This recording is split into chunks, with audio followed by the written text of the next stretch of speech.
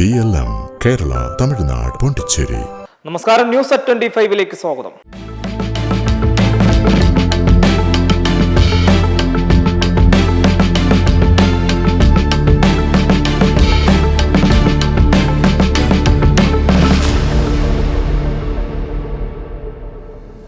നിയമസഭാ തെരഞ്ഞെടുപ്പിൽ മുൻ ആരോഗ്യമന്ത്രി കെ ശൈലജ പേരാവൂരിൽ നിന്ന് മത്സരിക്കും. പേരാവൂരിൽ മത്സരിക്കാൻ ശൈലജ സന്നദ്ധത അറിയിച്ചു. മട്ടന്നൂരിൽ സീറ്റ് കിട്ടില്ലെന്ന ഉറപ്പായതോടെയാണ് പേരാവൂരിൽ മത്സരിക്കാൻ ശൈലജ സന്നദ്ധത അറിയിച്ചത്.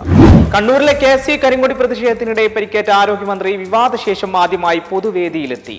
പത്തനംതിട്ടയിൽ നടന്ന ആരോഗ്യ വകുപ്പിന്റെ പരിപാടിയിൽ ആരോഗ്യം ആനന്ദം സെമിനാർ ഉദ്ഘാടനം ചെയ്ത് മന്ത്രി. ശബരിമല സ്വർണ്ണക്കൊള്ള കേസിൽ ദേവസ്വം ബോർഡ് മുൻ പ്രസിഡന്റ് A. പത്മകുമാർ സമർപ്പിച്ച ജാമ്യ ഹർജിയിൽ കൊല്ലം വിജിലൻസ് കോടതി നാളെ വിധി പറയും. ദ്വാരപാലക ശില്പ കേസിലെ സ്വാഭാവിക ജാമ്യ ഹർജിയിലാണ് വിധി. ഭക്തിയുടെ നിറവിൽ ഇന്ന് ആറ്റുകാൽ പൊങ്കാല. ദേവിക്ക് പൊങ്കാലയർപ്പിച്ച് ഭക്തലക്ഷങ്ങൾ. രാവിലെ 9:45 അടുപ്പത്തോടെയാണ് പൊങ്കാല ചടങ്ങുകൾക്ക് തുടക്കമായത്. അടുത്ത പൊങ്കാലയ്ക്ക് കോൺഗ്രസുകാരനായ മുഖ്യമന്ത്രി ക്ലിഫ് ഹൗസിൽ ഉണ്ടാകുമെന്ന് പ്രതിപക്ഷ നേതാവ് VD സതീശൻ. അതാണ് തന്റെ ദൗത്യം. മുഖ്യമന്ത്രി ആരാണെന്ന് ഹൈക്കമാൻഡ് തീരുമാനിക്കുമെന്നും VD സതീശൻ വ്യക്തമാക്കി. കേരളത്തിന്റെ മതസാഹോദര്യം വിദ്വേഷ പ്രചരണങ്ങൾ കൊണ്ട് തകർക്കാൻ കഴിയില്ലെന്ന പാളയം ഇമാം ഷുഹൈബ് മൗലവി. ആറ്റുകാൽ പൊങ്കാലയിടാൻ എത്തിയ വിശ്വാസികൾക്ക് വെള്ളവും മറ്റും സൗകര്യങ്ങളും ഒരുക്കി പാളയം ഇമാമും കൂടെയുണ്ടായിരുന്നു. വരുന്ന നിയമസഭാ തെരഞ്ഞെടുപ്പിൽ പാലക്കാട് കോൺഗ്രസ് സ്ഥാനാർത്ഥിയാകുമെന്ന റിപ്പോർട്ടുകൾ തള്ളാതെ സിനിമാ താരം രമേശ് പിഷാരടി. നേതൃത്വത്തിൽ നിന്നും ഇതുവരെ അത്തരമൊരു അറിയിപ്പ് ലഭിച്ചിട്ടില്ലെന്നും പാർട്ടി നിർദ്ദേശിച്ചാൽ മത്സരിക്കാൻ തയ്യാറാണെന്നും രമേശ് പിഷാരടി മാധ്യമങ്ങളോട് പറഞ്ഞു. നിയമസഭാ തെരഞ്ഞെടുപ്പിൽ പാലക്കാട് നിയോജക മണ്ഡലത്തിൽ നിന്നും രമേശ് പിഷാരടിയെ മത്സരിപ്പിക്കാനുള്ള നീക്കത്തിൽ കോൺഗ്രസിൽ അതൃപ്തി. നിലവിലെ രാഷ്ട്രീയ സാഹചര്യത്തിൽ രമേശ് പിഷാരടി ശക്തനായ സ്ഥാനാർത്ഥിയല്ലെന്നാണ് ഒരു വിഭാഗത്തിന്റെ അഭിപ്രായം.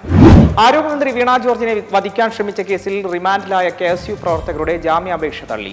Kannur judicial first class magistrate കോടതിയാണ് ജാമ്യാപേക്ഷയിൽ KSU പ്രവർത്തകരുടെ ജാമ്യാപേക്ഷ തള്ളിയത്. വീണ ജോർജിനെ നിയമസഭാ തെരഞ്ഞെടുപ്പിൽ മത്സരിപ്പിക്കരുതെന്ന ആവശ്യവുമായി ഭർത്താവ് ജോർജ് ജോസഫ് CPM നേതൃത്വത്തിന് കത്ത് നൽകി. കുടുംബപരമായ കാരണങ്ങളാൽ വീണ മാറി നിൽക്കണമെന്നാണ് ആവശ്യം. തിങ്കളാഴ്ച ചേർന്ന പത്തനംതിട്ട ജില്ലാ സെക്രട്ടേറിയറ്റിൽ ഈ വിഷയം ചർച്ചയായി.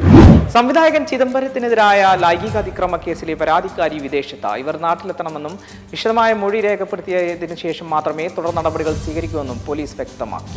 മുതിർന്ന കോൺഗ്രസ് നേതാവും മുൻ കേന്ദ്രമന്ത്രിയുമായിരുന്ന KP ഉണ്ണികൃഷ്ണൻ അന്തരിച്ചു. വാർദ്ധക്യ സഹജമായ അസുഖങ്ങളെ തുടർന്ന് കോഴിക്കോട്ടെ സ്വകാര്യ ആശുപത്രിയിലായിരുന്നു ചികിത്സയിലിരിക്കെയാണ് മരണം സംഭവിച്ചത്. മുതിർന്ന കോൺഗ്രസ് നേതാവും മുൻ കേന്ദ്രമന്ത്രിയുമായിരുന്ന KP ഉണ്ണികൃഷ്ണന്റെ മരണത്തിൽ അനുശോചിച്ച മുഖ്യമന്ത്രി പിണറായി വിജയൻ ജനാധിപത്യ മതനിരപേക്ഷ രാഷ്ട്രീയത്തിന്റെ രാജ്യത്തിലെ തന്നെ ശക്തനായ വക്താവിനെ ആദരാഞ്ജലികൾ അർപ്പിക്കുന്നുവെന്ന് മുഖ്യമന്ത്രി പറഞ്ഞു. ആലപ്പുഴ മാന്നാറിൽ അച്ഛൻ വിഷം നൽകിയ പെൺകുട്ടികളിൽ ഒരാൾ മരിച്ചു. ശിവനന്ദ ആണ് മരിച്ചത്. ഇളയ മകൾ ശിവകീർത്തന ആശുപത്രിയിൽ തുടരുകയാണ്. സംഭവത്തിൽ മാന്നാർ പോലീസ് അസ്വാഭാവിക മരണത്തിന് കേസെടുത്തിട്ടുണ്ട്.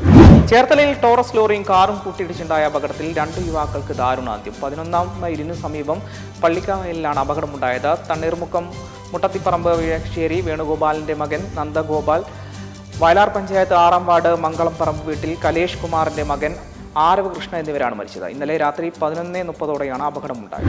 കലശലായ ശ്വാസം മുട്ടലിനെ തുടർന്ന് സർക്കാർ ആശുപത്രിയിൽ ചികിത്സ തേടിയ പെൺകുട്ടിക്ക് മരുന്ന് മാറി കുത്തിവയ്പ് നൽകി. അതും പേവിഷബാധയ്ക്കുള്ള വാക്സിൻ. ശാസ്താംകോട്ട താലൂക്ക് ആശുപത്രിയിലാണ് സംഭവം. തുവൂർ താലൂക്ക് ആശുപത്രി കെട്ടിട ഉദ്ഘാടന സ്ഥലത്ത് കോൺഗ്രസ് പ്രതിഷേധം. ആരോഗ്യമന്ത്രി വീണ ജോർജ് ഓൺലൈനായാണ് കെട്ടിടം ഉദ്ഘാടനം ചെയ്തത്. കരിങ്കൊടി വീശിയായിരുന്നു പ്രതിഷേധം. പശ്ചിമ ബംഗാളിൽ 5-ൽ കൂടുതൽ ഘട്ടങ്ങളിലായി വോട്ടെടുപ്പ് നടന്നേക്കുമെന്ന റിപ്പോർട്ട്. മെയ് ആദ്യം വരെ വോട്ടെടുപ്പ് നീളാൻ സാധ്യതയുണ്ട്. തമിഴ്നാട്ടിലും അസാമിലും ആദ്യ വോട്ടെടുപ്പ് പൂർത്തിയാകാൻ സാധ്യതയുണ്ട്. കേരളത്തിൽ വോട്ടെടുപ്പ് ഏപ്രിൽ 3-ാം വാരമേ ഉണ്ടാകാനിടയുള്ളൂ. വിമാന സർവീസുകൾ ഭാഗികമായി പുനരാരംഭിച്ചതോടെ മധ്യപൂർവേഷ്യയിലെ സംഘർഷ മേഖലയിൽ നിന്ന് മലയാളികൾ നാട്ടിലേക്ക്. കൊച്ചിയിൽ നിന്ന് മസ്കറ്റിലേക്ക് വിമാന സർവീസ് പുനരാരംഭിച്ചു. മസ്കറ്റിലേക്കും തിരിച്ചുമുള്ള വിമാന സർവീസുകൾ പുനരാരംഭിക്കുമെന്ന് എയർ ഇന്ത്യ എക്സ്പ്രസ് അധികൃതർ അറിയിച്ചു. പശ്ചിമേഷ്യൻ സംഘർഷം 4-ാം ദിനത്തിലേക്ക് കടന്നതോടെ ഹോർമൂസ് കടലിടുക്ക് അടച്ച ഇറാൻ. ലോകത്തെ എണ്ണക്കപ്പലുകൾ കടന്നുപോകുന്ന പ്രധാന പാതയായ ഹോർമൂസ് കടലിടുക്കുകളുടെ ഗതാഗതം നിശ്ചലമായ അവസ്ഥയിലാണ്. ഹോർമൂസ് കടലിടുക്ക് പൂർണ്ണമായി അടച്ചതായി ഇറാൻ റവല്യൂഷണറി ഗാർഡിലെ മുതിർന്ന ഉദ്യോഗസ്ഥർ അറിയിച്ചു. മധ്യപൂർവേഷ്യൻ സംഘർഷം റഷ്യയിൽ നിന്നും എണ്ണ വാങ്ങുന്നു വീണ്ടും വർദ്ധിപ്പിക്കാൻ ഇന്ത്യ. ഹോർമൂസ് കടലിടുക്കിലൂടെയുള്ള ചരക്ക് നീക്കം നിലച്ച പശ്ചാത്തലത്തിലാണ് ആലോചന. സംഘർഷാവസ്ഥ രൂക്ഷമായിരിക്കെ പശ്ചിമേഷ്യ വിടാൻ പൗരന്മാരോട് ആവശ്യപ്പെട്ട അമേരിക്ക ഉടൻ തന്നെ പുറപ്പെടുക എന്ന സന്ദേശമാണ് അമേരിക്ക നൽകിയിരിക്കുന്നത്.